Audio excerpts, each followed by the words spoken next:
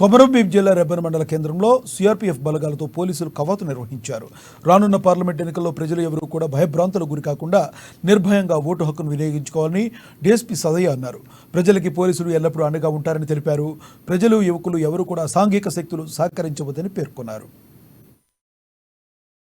ప్రకారం normal polling station location CRPF జవాన్లు మరియు సివిల్ జవాన్లు అందరితోటి ఒక కవాతు నిర్వహించడం జరిగింది. జనరల్గా పోలీస్ వాళ్ళు ఎందుకు తిరుగుతున్నారు, ఏం చేస్తున్నారు అసలు అన్నది మీకు అర్థం కావాలన్న ఉద్దేశంతో మేము ఈరోజు మీతోటి మాట్లాడడానికి ముందుకు వచ్చాం. మనకు ఒక నెల 10 రోజుల్లో పార్లమెంటుకు ఎన్నికలు జరగబోతున్నాయి. ఆ ఉద్దేశంతో పోలీసులు ప్రజల కొరకు ఉన్నారు.